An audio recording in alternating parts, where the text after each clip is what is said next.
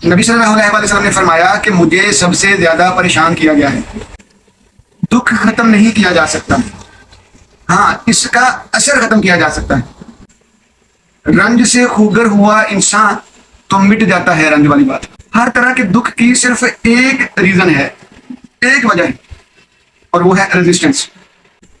دکھ کو دکھ زندہ رکھتا ہے، دکھ کبھی بھی خوشی پر زندہ نہیں رہتا۔ آل پین از illusion، ہر دکھ ایک فریب ہے۔ لیکن کیا یہ بات آپ کے لیے سچ ہے؟ ہمیں لگتا ہے کہ ہم دکھ سے، پریشانی سے چھٹکارا چاہتے ہیں، لیکن یہ سب سے بڑا جھوٹ ہے۔ بسم اللہ الرحمن الرحیم۔ ساتھیو، آپ دیکھ رہے ہیں علم کی باتیں، اور آج ہم بات کر رہے ہیں آل پین از illusion۔ ساتھیو، writer the power of now کا رائٹر یہ کہتا ہے کہ ہر طرح کا دکھ ہم خود کریٹ کرتے ہیں۔ دیکھیں، دکھ کو ہم نے کہا کہ دکھ کو ختم نہیں کیا جا سکتا، البتہ اس کا اثر ختم کیا جا سکتا ہے۔ اب اس کو سمجھتے ہیں۔ نبی صلی اللہ علیہ وآلہ وسلم نے فرمایا کہ تمام انبیاء اور رسولوں کو پریشان کیا گیا، ان کو تکلیفیں پہنچائی گئیں، اور مجھے سب سے زیادہ پریشان کیا گیا ہے۔ تو ایک بات سمجھ آ گئی کہ دکھ یا پریشانی ختم نہیں کی جا سکتی، یہ روکی نہیں جا سکتی۔ اگر انبیاء کو دکھ اور پریشانیاں آئی ہیں تو یہ آپ کا بھی حصہ ہے۔ تو پھر اس کا حل کیا ہے؟ ساتھیو، اس کا حل یہ ہے کہ اگر پریشانی ختم نہیں کی جا سکتی نا، تو اس کا اثر تو ختم کیا جا سکتا ہے نا۔ دیکھو، ہمارے ہاسپٹل میں ہے نا، ہم اینستھیزیا دیتے ہیں، ٹھیک ہے، انجیکشن لگاتے ہیں نا، زخم ہوا ہو اس کو سٹچ کرنے کے لیے، تو تھوڑی دیر کے لیے وہ جو پین ہوتی ہے نا، وہ پین، وہ ہمارے جسم کا وہ پورشن وہ سن ہو جاتا ہے، وہ بے حس ہو جاتا ہے۔ شاید یہی حال ہمارا ہے۔ ہم نے اپنے دکھ سے آزاد اگر ہونا ہے تو اس کے اثر کو ختم کرنا سیکھنا ہے۔ یہ ہماری زندگی کا مطمع نظر ہے۔ وہ کہتے ہیں کہ رنج سے خوگر ہوا انسان تو مٹ جاتا ہے رنج۔ خوگر ہونا سے مراد ہے کانشیس ہونا، اویئر ہونا، جان لینا۔ ساتھیو، آپ نے اب فلسفہ بولوں ذرا۔ فلسفہ یہ ہے کہ جب بچہ اس دنیا میں پیدا ہوتا ہے تو وہ روتا ہے، وہ تکلیف میں ہوتا ہے، تو روتا تو بندہ جب بھی ہے نا، جب وہ تکلیف میں ہو، ٹھیک۔ اب یہ فلسفہ ہے، وہ روتا ہے۔ وہ کیوں روتا ہے؟ کیونکہ وہ ایک انکانشیس ورلڈ میں ہے، ایک ایسی دنیا ہے جس کا اس سے کوئی رابطہ، کوئی واسطہ نہیں ہے، ٹھیک ہے۔ تو وہ پریشان ہوتا ہے، وہ روتا ہے، وہ چیختا چلاتا ہے۔ لیکن جوں وہ اس دنیا میں آ کے بڑا ہوتا جاتا ہے تو وہ اس دنیا کے ساتھ اپنی انڈرسٹینڈنگ کو ڈیولپ کرتا جاتا ہے، تو ٹھیک ہوتا جاتا ہے۔ یہی حال ہمارا ہے۔ جب ہمیں پریشانی آتی ہے تو ہم چیختے چلاتے، روتے دھوتے دھاڑتے ہیں، لیکن کچھ دنوں کے بعد پریشانی وہیں پہ رہتی ہے، لیکن ہم آہستہ آہستہ ٹھیک ہو جاتے ہیں، ٹھیک، کیونکہ ہم رنج سے خوگر ہو گئے ہیں۔ ہم نے اس کو مان لیا ہے، ہم نے اس کو سمجھ لیا ہے، ٹھیک ہے۔ اس کو بولتے ہیں رنج سے خوگر ہونا۔ ساتھیو، ہم ہی اپنے دکھ کو کریٹ کرتے ہیں اور ہم ہی اس کے پیدا کرنے والے ہیں۔ اچھا، دکھ کو پیدا کرنے کی وجہ پتہ کیا ہے؟ ریزسٹنس، رکاوٹ۔ ہم پریزنٹ کو، اپنے موجودہ مومنٹ کو، لمحہ موجود میں ہونے والی ہیپننگ سے خوش نہیں ہوتے۔ ہم ان کو ریزسٹ کرتے ہیں، ان کو ایکسیپٹ نہیں کرتے۔ جب ہم ایکسیپٹ نہیں کریں گے تو تب ہم رکاوٹ پیدا کریں گے، رکاوٹ پیدا کریں گے تو ہم ناخوشی کا باعث بنیں گے، ہم دکھ اور درد کا باعث بنیں گے، ٹھیک۔ تو ساتھیوں، سب سے ضروری بات یہ ہے کہ اگر آپ خوشی چاہتے ہیں تو آپ کو ایکسیپٹنس والا بیہیویئر اپنانا پڑے گا. جب جب آپ اپنے آپ کو ایکسیپٹنس والے موڈ میں رکھتے ہیں تب تب آپ دکھ اور رنج سے آزاد رہتے ہیں. ٹھیک. آپ دیکھو نا، کوئی بندہ اللہ نہ کرے، خدا نہ خواستہ کوئی گھر کا کوئی فرد فوت ہو جاتا ہے تو ہم کچھ ہفتوں کے لیے چیختے دھاڑتے روتے چلاتے ہیں. ٹھیک ہے، دکھ اور غم کا اظہار کرتے ہیں. مہینے کے بعد کیا وہ بندہ زندہ ہو کے واپس آ جاتا ہے؟ مہینے 1.5 مہینے کے بعد ہم ٹھیک ہو جاتے ہیں، ہے نا؟ نہیں نا. وہ بیچارہ جو فوت ہو چکا ہوتا ہے تو وہ تو فوت ہو گیا نا، لیکن مہینے 1.5 مہینے کے بعد ہم کیا کرتے ہیں؟ ہم وہ بات سیکھ لیتے ہیں، ایکسیپٹ کر لیتے ہیں کہ ہم اس کے بغیر جینا شروع کر دیتے ہیں. تو یہ جو ٹائم سپین ہے نا ہمارا مختلف لوگوں کا، کچھ لوگ مہینے کے بعد، کچھ لوگ 15 دن کے بعد، 10 دن کے بعد، 2 دن کے بعد. اسلام نے کہا ہے کہ جو ہے پریشانی کا جو سوگ ہے وہ 3 دن تک ہونا چاہیے.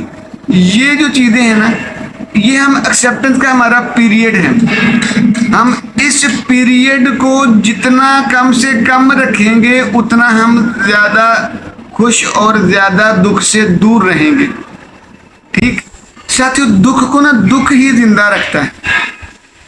دکھ کی خوراک دکھ ہی ہے. یہ بار بار ہم جب دکھ کا تذکرہ کرتے رہتے ہیں تو ہم ایک پین باڈی بن جاتے ہیں. جب ہم پین باڈی بن جاتے ہیں تو ہم چلتے پھرتے دکھ بکھیرتے اور دکھ کے تذکرے کرتے رہتے ہیں، دکھ بانٹتے پھرتے ہیں. ٹھیک. ہاں، آج چلیں اب ہم رکتے ہیں تو اپنے آس پاس، اپنے سمیت اپنے آس پاس کے لوگوں کا ذرا معائنہ کرتے ہیں. ہمارے ارد گرد لوگ کیا کرتے ہیں؟ وہ ایک مرتبہ تو ہرٹ ہوتے ہیں، ٹھیک ہے نا، یہ ان کی مجبوری ہے، لیکن وہ بار بار اس جملے کو، اس بیہیویئر کو بار بار ری لیو کرتے رہتے ہیں، بار بار اس کا تذکرہ کر کے اپنے آپ کو بار بار تکلیف میں مبتلا رکھتے ہیں. ہر آنے والے رشتہ دار کو، دوست کو، بھائی کو، بہن کو بتاتے ہیں کہ لو آج میرے بیٹے نے میرے ساتھ یہ زیادتی کر دی ہے، آج میری بہن نے یہ کہہ دی ہے، آج میرے بھائی نے یہ کہہ دی ہے. اچھا، وہ بات کو بار بار دہرا کے نا ہم اپنے دکھ کو ری لیو کرتے چلے جا رہے ہیں، یعنی اپنے دکھ کو دکھ کی ہی خوراک کھلاتے چلے جا رہے ہیں. دکھ موٹا تازہ ہوتا چلا جا رہا ہے، زندہ ہوتا چلا جا رہا ہے. اچھا، اب اس کے برعکس ایک انداز یہ بھی ہے کہ اگر کوئی پریشانی آئی تو آپ ریلیکس ہو جائیں، یار کوئی بات نہیں، وہ انسان ہے، وہ غلط، اس کا بھی موڈ خراب ہوا ہوگا، اس نے ری ایکشن شو کیا ہے، کوئی بات نہیں، یہ مومنٹ سے گزر لینے دیں. ہم دونوں باپ بیٹا، بہن بھائی، جو ماں بیٹا بیٹھ کے یا میاں بیوی بیٹھ کے اس کو ڈسکس کریں گے کہ بھائی آپ نے اس بات پہ اتنا بڑا جھمیلا کیا ہے تو کیا بات. ٹھیک ہے، بجائے اس کے کہ آپ اس کو جو ہے ایموشنلی ڈسٹرب ہوتے پھر، ہے نا. تو ساتھیو، یہ ہے ایک پازیٹیو انداز. اچھا ساتھیو، رائٹر نے یہ کہا ہے کہ آل پین از illusion. تمام جو دکھ اور درد ہے نا یہ ایک illusion ہے. لیکن کیا یہ سچ ہے؟ رضی عابدی صاحب یاد ہے، انہوں نے بہت کمال شعر لکھا. ان کی کتاب تھی کچھ نظمیں کچھ غزلیں. انہوں نے کہا کہ تو نے وعدہ تو کیا سو ایک فریب اور سہی، یوں بھی جی لیں گے کہ زندگی ہے مسلسل دھوکہ. ٹھیک ہے، تو زندگی تو مسلسل دھوکہ ہے، یہ فریب ہے. ٹھیک. تو دکھ بھی ایک فریب ہے، لیکن کیا یہ آپ کے لیے بات سچ ہے؟ کیا یہ دکھ آپ کے لیے فریب ہے؟ ساتھیو، اس کو دیکھتے ہیں. ساتھیو، جب تک آپ اپنے آپ کو پین فل یا پین باڈی بنائے رکھتے ہیں تب تک دکھ آپ کے لیے فریب نہیں ہوتا.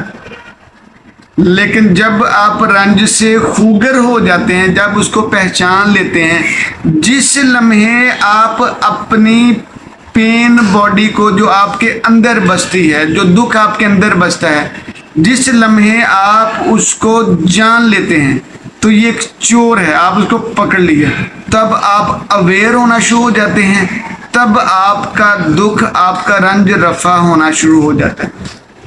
ٹھیک.